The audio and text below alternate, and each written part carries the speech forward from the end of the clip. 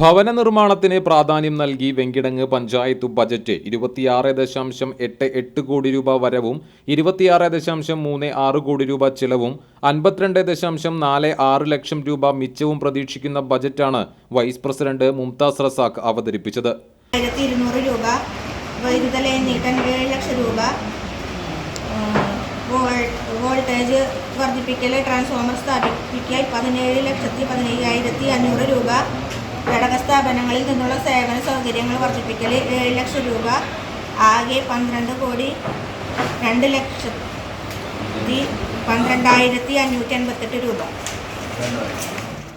ഭവന നിർമ്മാണത്തിന് 4.73 കോടി രൂപയും അഗതിക്ഷേമത്തിന് 3.2 കോടിയും കാർഷിക മേഖലയ്ക്ക് 51.5 ലക്ഷവുമാണ് നീക്കിവച്ചിരിക്കുന്നത്. തൊഴിലുറപ്പ് പദ്ധതിക്ക് 3.2 കോടി, സാമൂഹ്യ സുരക്ഷിതത്വ പെൻഷന് 7.25 കോടി എന്നിങ്ങനെ വകയിരുത്തി. അതിദാരിദ്ര്യ നിർമ്മാർജ്ജനം, മാലിന്യമുക്തം, റോഡുകളുടെ നവീകരണം എന്നിവയ്ക്കും അർഹമായ ഊന്നൽ നൽകുന്നുണ്ട്. പഞ്ചായത്ത് പ്രസിഡന്റ് കൊച്ചപ്പൻ വടക്കൻ അധ്യക്ഷത വഹിച്ചു.